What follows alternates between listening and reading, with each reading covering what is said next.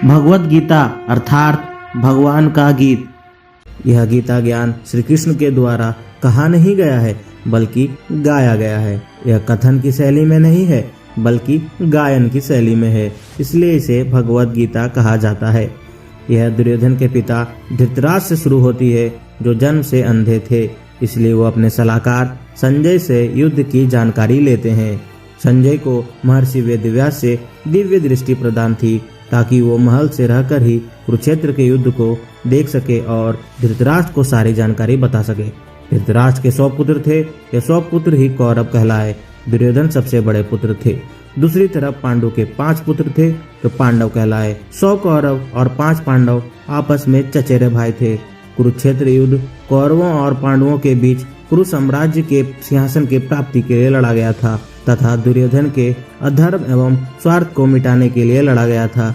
यह गीता ज्ञान मनुष्य को सदियों से प्रभावित करती आई है और आगे भी प्रभावित करते रहेगी।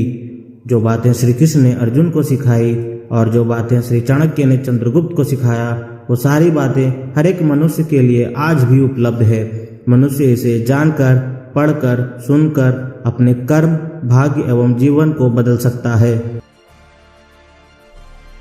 हे संजय, धर्म के क्षेत्र कुरुक्षेत्र में युद्ध की इच्छा से एकत्र हुए मेरे और पांडु के पुत्रों ने क्या क्या किया?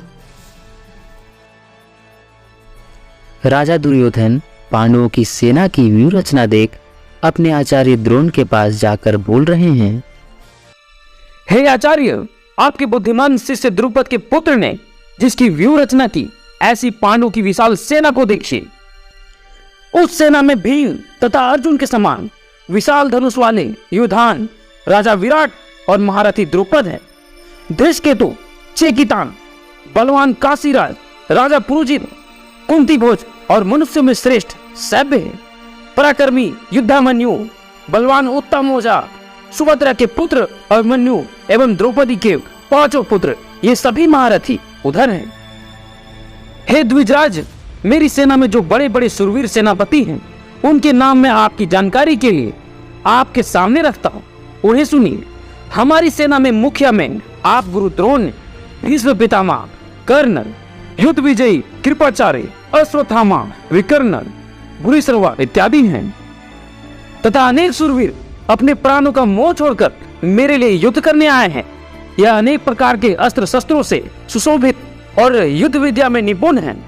भीष्म से सुरक्षित मेरी सेना शक्तिशाली है, किंतु उनकी सेना कमजोर है। इसीलिए आप लोग युद्ध में अपने अपने मोर्चों पर अपनी अपनी सेना लेकर भीष्म जी की सभी प्रकार से रक्षा करें।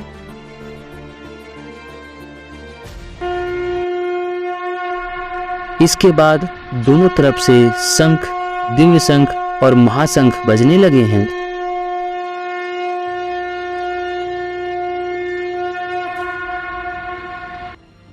हे राजन, इसके बाद कपिध्वज अर्जुन ने धृतराष्ट्र के संबंधियों को देखकर सच चलने की तैयारी के समय धनुष उठाकर श्री कृष्ण महाराज से यह वचन कहा है।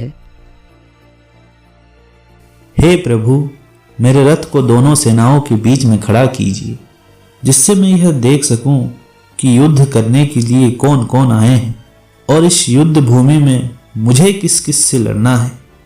धृतराष्ट्र के दुर्बुद्धि पुत्रों का हित करने वाले कौन कौन यहाँ एकत्र हुए हैं, यह मैं देखना चाहता हूँ।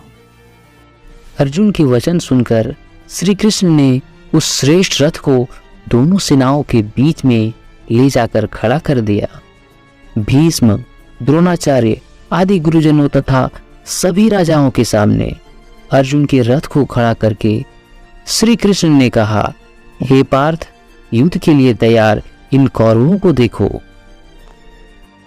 अर्जुन ने वहां चाचा, पितामह, आचार्य, मामा, भाई, पुत्र, पौत्र, मित्रजनों, स्वजन एवं बंधुओं को दोनों सेनाओं में खड़े देखा। सबको खड़े देख अर्जुन परम दयापूर्वक चिंतित और शोक होकर बोले, हे कृष्ण, युद्ध के लिए खड़े हुए इन सब अपनों को देखकर मेरे अंग अंग शिथिल हुए जा रहे हैं और मुंह सूख रहा है। मेरा शरीर कांप रहा है शरीर में रोमांच हो आया है, हाथ से गांडीव गिरा जा रहा है और त्वचा में भी बहुत जलन हो रही है। हे केशव, मैं खड़ा होने में भी समर्थ नहीं, मेरा मन घूम रहा है और अपशकुन भी बुरे बुरे देख रहा हूँ। हे केशव, अपनों को मारकर कुछ भलाई नहीं देखता। हे कृष्ण, मैं इस युद्ध में ना तो विजय चाहता हूँ और ना ही राज्य सुख। हे गोविंद, हमें ऐसे राज्य सुख से क्या लाभ है? ऐसे राजसी भोगों से और ऐसे जीवन से भी क्या लाभ?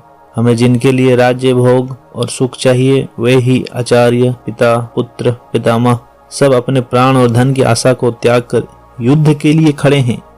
हे केशव, मामा, ससुर, पौत्र, साले तथा और भी संबंधी लोग हैं, ये सब लोग अपने ही हैं। ये सब लोग मुझको मारें तो भी मैं इन्हें मारने की इच्छा नहीं करता।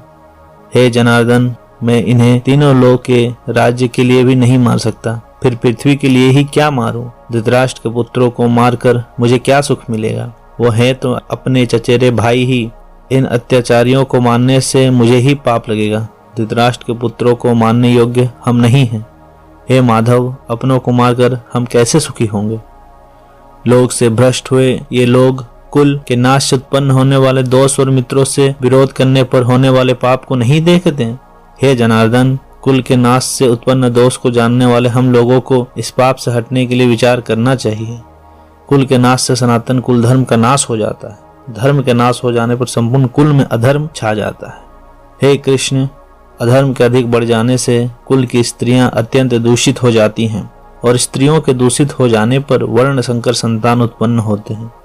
वर्ण संकर संतान कुल का विनाश करने वालों को और पूरे कुल को नरक पहुंचाता है, क्योंकि पिंड और तर्पण के बंद होने से पितर नरक में गिरते हैं। वर्ण संकर के दोषों से सनातन कुल धर्म और जाति धर्म नष्ट हो जाते हैं।